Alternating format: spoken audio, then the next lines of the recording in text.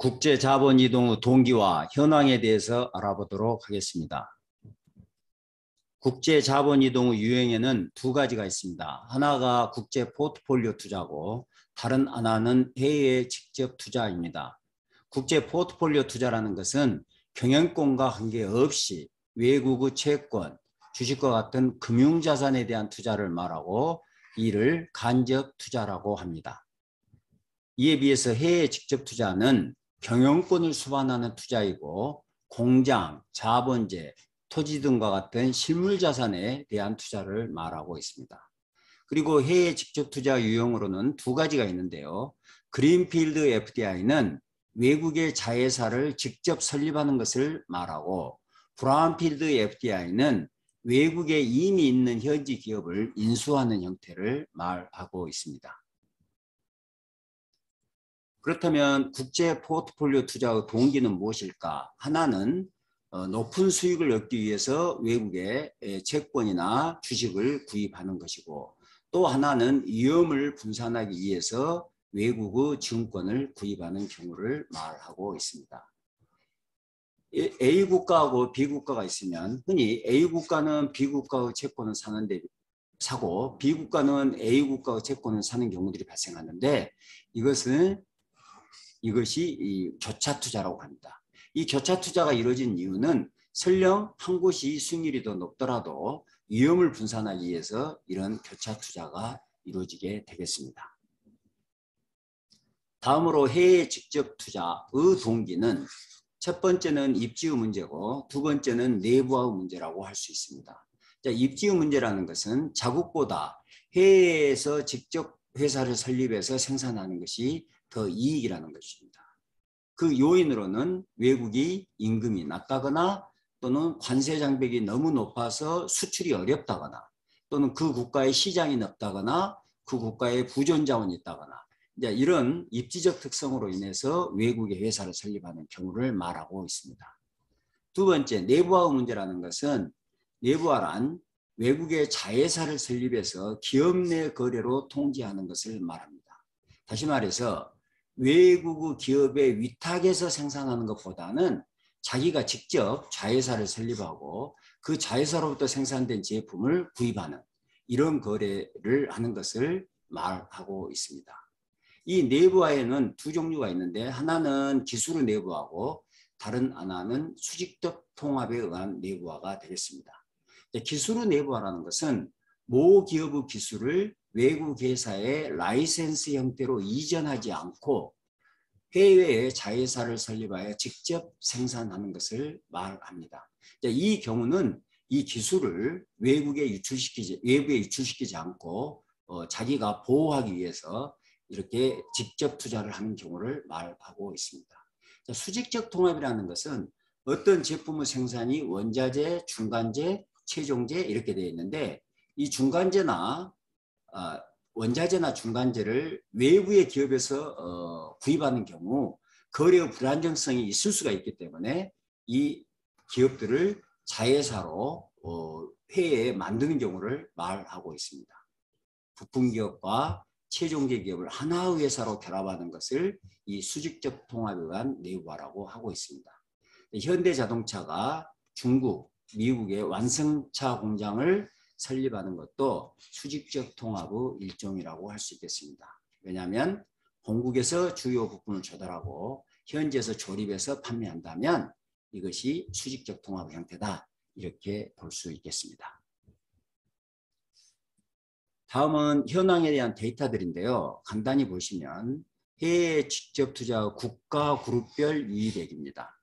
보시면 주로 해외 직접 투자가 선진국에 많이 이루어지고 개도국에 적게 이루어지고 있는데 최근 들어서 개도국의 비중이 굉장히 빠르게 증가하고 있다는 것을 볼 수 있겠습니다. 왜 개도국으로 유입이 빠르게 증가하고 있는가?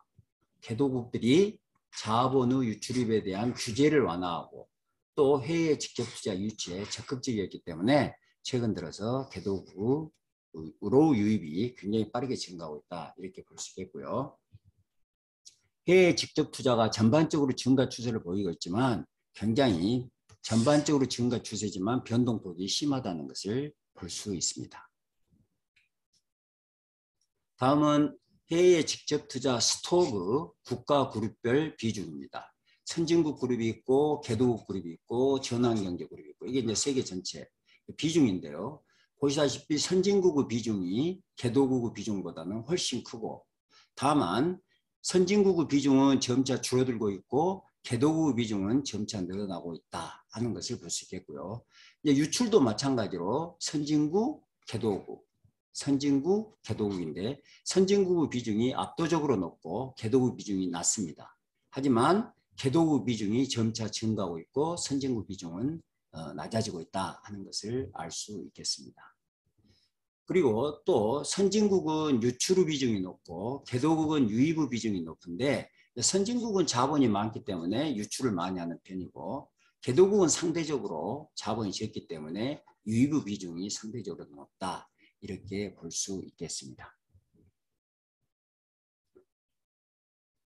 다음은 한국 해외 직접 투자의 유입과 유출에 대한 자료인데요. 이 파란 선이 유입이고 이 회색 선이 유출이 되겠습니다. 보면 여기 이 99년, 2000년 이게 지금 IMF 외환위기 때죠. IMF 외환위기 때 보면 유입이 훨씬 높고 유출이 상대적으로 더 적다는 것을 볼 수 있습니다. 당시 IMF 외환위기 극복을 위해서 정부가 투자 유치에 적극 나섰고 또 구조조정 과정에서 우리 기업들이 해외에 매각됨으로써 이게 이제 브라운필드 FDI죠. 매각됨에 따라 해외 직접 투자 유입액이 증가했기 때문에 당시 이 파란선이 유입이 굉장히 많았다. 이렇게 볼 수 있겠고요. 2006년부터는 우리나라의 유출액이 2006년이죠. 유출액이 유입을 초과하고 있으며 이후 유출이 유입액보다 훨씬 빠르게 증가하고 있다. 그것은 우리나라 자본이 풍부해지면서 해외로 직접 투자가 증가하고 있다 하는 것을 보여주고 있습니다. 그러면 우리나라의 주요 투자 대상국은 어디일까? 대부분이 미국과 중국에 투자가 이루어지고 있다 하는 것을 알 수 있습니다. 다음은 한국 해외 투자 기업들이 외국에 투자한 기업들이 우리나라 수출과 수입에 어떤 영향을 미치고 있는가 하는 것을 보여주는 자료가 되겠습니다. 여기는 아시아 국가에 투자한 기업, 북미에 투자한 기업, 유럽, 기타 지역에 투자한 기업들을 이야기하고 있고요. 자, 수출은 그 기업들과 우리나라하고 수출은 우리나라에서 그 기업들로 수출은 이렇게 되고 있고 그 기업들이 우리나라로 수입은 이렇게 되고 있습니다. 그러니까 우리나라에서 그 기업들에서 수입한 것은 이거고 수출하는 것은 이거죠. 그러니까 해외 직접 투자 기업, 우리나라의 해외에 있는 기업으로 수출이 수입보다는 훨씬 많다는 것이죠. 그래서 순수출이 훨씬 많다. 그 이야기는 한국의 해외 직접 투자 기업들이 수입보다는 수출 증가에 기여하고 있다. 현지 법인을 통한 수출입을 지역별로 살펴보면 모든 지역에서 수입보다는 수출이 많다. 중국 등 아시아 지역으로 직접 투자보다는 북미, 유럽 등 선진국으로 직접 투자가 수출에 더 큰 효과를 미치고 있습니다. 자, 아시아 지역은 보면 수출은 여기고 수입은 여기니까 차이가 이 정도인데 북미 지역이나 유럽 지역을 보면 수출의 비중이 수출액이 수입액보다 훨씬 많아서 수출에 굉장히 기여하고 있다 하는 것을 보여주고 있습니다. 이상 강의를 마치겠습니다.